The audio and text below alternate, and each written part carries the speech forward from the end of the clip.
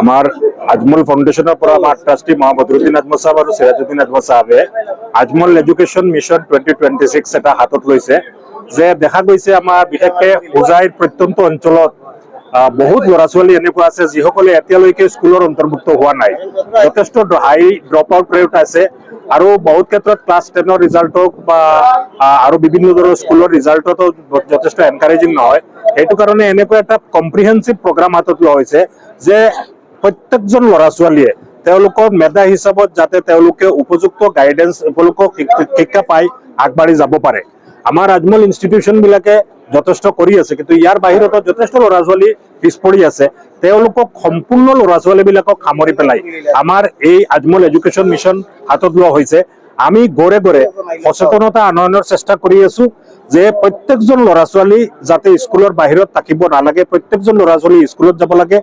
স্কুলত চৰকাৰৰ ফালৰ পৰা যি ব্যৱস্থা হাতত লোৱা হৈছে তাৰ উপৰিও আজমল ফাউণ্ডেশ্যন বা আজমল CSR অৰ্গেনাইজেশ্যনৰ ফালৰ পৰা আমি বিশেষ ব্যৱস্থা হাতত লৈ পেলাই প্ৰত্যেকজন ল'ৰা ছোৱালীক তেওঁলোকৰ মেধা হিচাপত গাইডেন্স দি পেলাই তেওঁলোকক উচ্চ শিখৰত লৈ যোৱাৰ চেষ্টা যত্ন কৰা হ'ব আৰু সেই দিশতে আজি আমাৰ যিসকল ৰিটায়াৰ্ড টিচাৰ্ছ আছিলে তেওঁলোকক লৈ পেলাই আমি এটা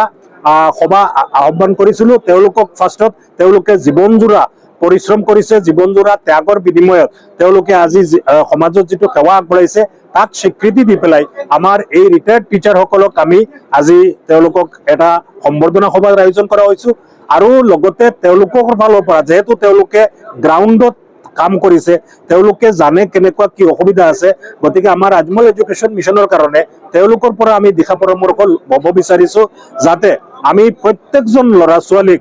স্কুলৰ গণ্ডিৰ ভিতৰত আনি পেলাই তেওঁলোকক যাতে উপযুক্ত শিক্ষা দি পেলাই তেওঁলোকক আগুৱাই লৈ পেলাই যে আমাৰ অকল হোজাই নহয় অসম যাতে শিক্ষাৰ দিশত ভাৰতৰ শ্ৰেষ্ঠ ৰাজ্য হিচাপত পৰিগণিত হয় তাৰ দিশাৰে আমাৰ এই আজমল এডুকেশ্যন মিছন হাতত লোৱা হৈছে এইটো যথেষ্ট কম্প্ৰিহেনসিভ প্ৰগ্ৰাম হয় যথেষ্ট বহলভাৱে আমি সকলো অভিভাৱকক মানে আমি তেওঁলোকক সচেতন কৰিব লাগিব শিক্ষক শিক্ষয়িত্ৰীৰ সহযোগিতা কৰিব লাগিব বিভিন্ন ধৰণৰ প্ৰগ্ৰাম হাতত ল'ব লাগিব গতিকে এইটো দীঘলীয়া প্ৰগ্ৰাম হ'ব মিনিমাম আমি এইটো কাৰণে 5 বছৰীয়া এটা প্ৰগ্ৰাম হাতত লৈ পেলাই আগবাঢ়িছো যাতে প্ৰাথমিক পৰ্যায় আমি 5 বছৰত ল'ৰা ছোৱালীবিলাকক এটা পৰ্যায়লৈ গৈ থাকিম যাতে এটা পৰিৱেশ সৃষ্টি হয় আৰু যি পৰিৱেশৰ দ্বাৰা পৰৱৰ্তীতে ল'ৰা ছোৱালীবিলাকে ভাল এটা শিক্ষাৰ পৰিৱেশ পাব আৰু আগবাঢ়ি যাব আজি প্ৰায় 397 আমাৰ ৰেজিষ্টাৰ তাৰ পিছত আৰু 2-3জন মানে 300 টিচাৰ্ছ যিসকলে কলেজত চাকৰি কৰিছে হায়াৰ ছেকেণ্ডাৰী হাই স্কুল প্ৰাইমাৰী স্কুল চাকৰি কৰি পেলাই তেওঁলোকে ৰিটায়াৰ হৈছিলে আৰু আজি আমি ইয়াতে টিচাৰসকলক যিটো আমি তেওঁলোকৰ অভিমত পাইছো যথেষ্ট সুখী তেওঁলোকে এনেকুৱা স্বীকৃতি আগত পোৱা নাই বুলি কৈছে গতিকে আমি সঁচাকৈ আনন্দিত যে টিচাৰসকলক সৰু হ'লেও আমি এটা সম্বৰ্ধনা যাচি পেলাই তেওঁলোকক স্বীকৃতি প্ৰদান কৰিব পাৰিছো